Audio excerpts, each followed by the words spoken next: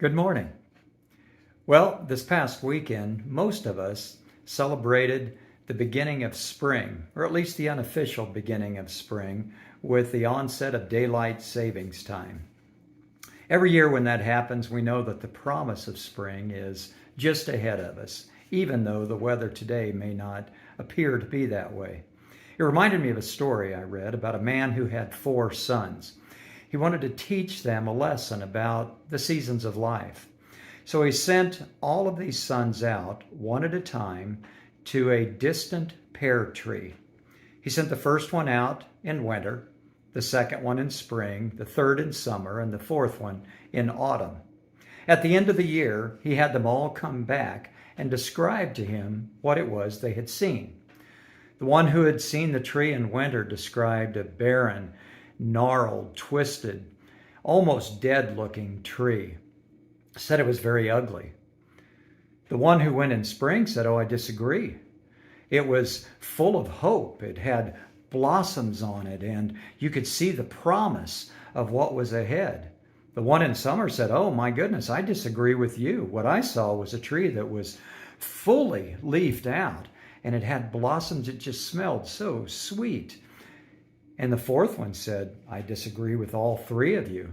What I saw was a tree that was laden with fruit, and it was ready for harvest." The father said, "You're all right, and you're all wrong. You see, each of you made a judgment about that tree based on one season of its life. It's only when you take a look at all the seasons combined that you get a true picture of the beauty of that tree." Well, of course, our lives are synonymous with that tree. It's easy for us to take a picture at any one season of our life and say, "Oh, my life has been a failure," or "Life is good and life is wonderful." But life goes on. Life has many seasons, and it's only at the end that we're able to judge the fullness of that life. Paul understood that. When he talked to the Philippians, he said, "Brothers, I don't consider that I have made this my own, but one thing I do, I forget what lays behind and I strain forward to what lies ahead. I press on to the goal." The Hebrew writer said, "Since we're surrounded by such a great cloud of witnesses, let's lay aside every weight and sin that clings so closely, and let's run with endurance the race that is set before us." Our lives have many seasons, and it's easy to get stuck in one season or another.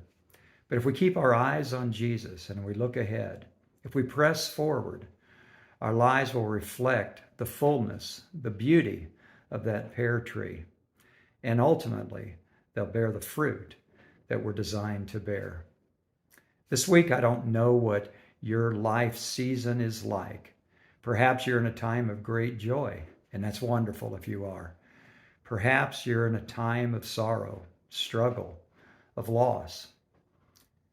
Don't get stuck there. Remember that God gives us a full season of life, one that we can cherish, one that we can enjoy, and one that will ultimately bring us home to Him. Have a great week.